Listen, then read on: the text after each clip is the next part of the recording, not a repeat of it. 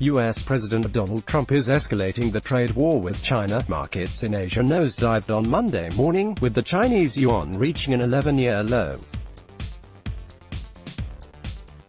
Ahead of the G7 summit on Friday evening, President Trump announced a 5% hike on existing tariffs, from 25% to 30% on goods worth $250 billion.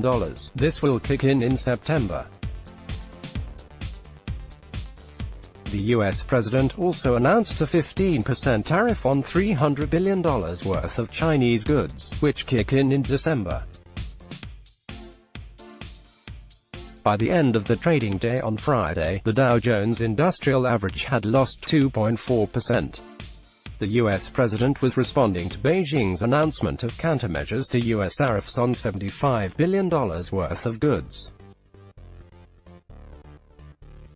The Chinese announcement was timed to coincide with a key speech by Federal Reserve Chair Jerome Powell and Trump's arrival in Biarritz, France, for the G7 summit. The latest escalation in the Sino-American trade war finds the U.S. economy in a difficult spot. The budget deficit is growing faster than projected for 4 consecutive years, despite economic growth and the highest level of employment in 50 years. The deficit will reach $960 billion in 2019 and $1 trillion by 2020, according to the Congressional Budget Office forecast. The 2017 tax cuts have resulted in a decline in revenue to the tune of $430 billion, a gap that has in part been filled with additional borrowing. Instead of economic growth reducing the U.S. debt to GDP growth, this continues to surge. In 2018, the U.S. debt to GDP ratio stood at 106%.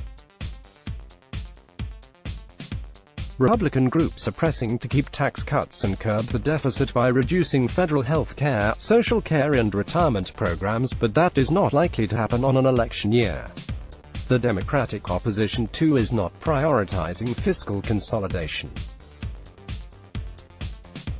Many of the party's leading presidential candidates call for increased spending in programs like Medicare for All. However, they are calling for tax hikes for high earners. In this scheme, there is little scope for bipartisan compromises, even as the economy appears to be heading towards a recession.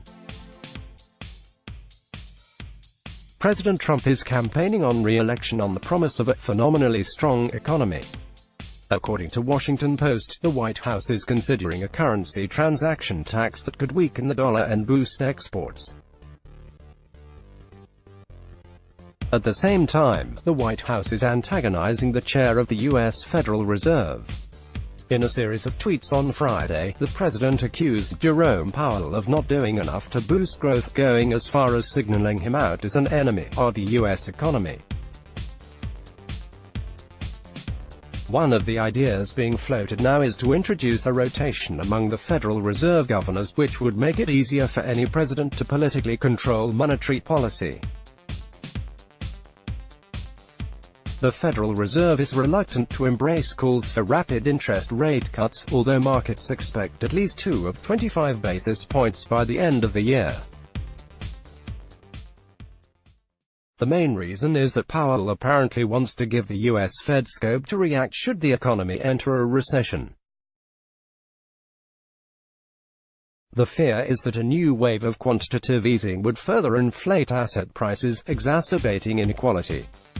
Let's block ads. Why?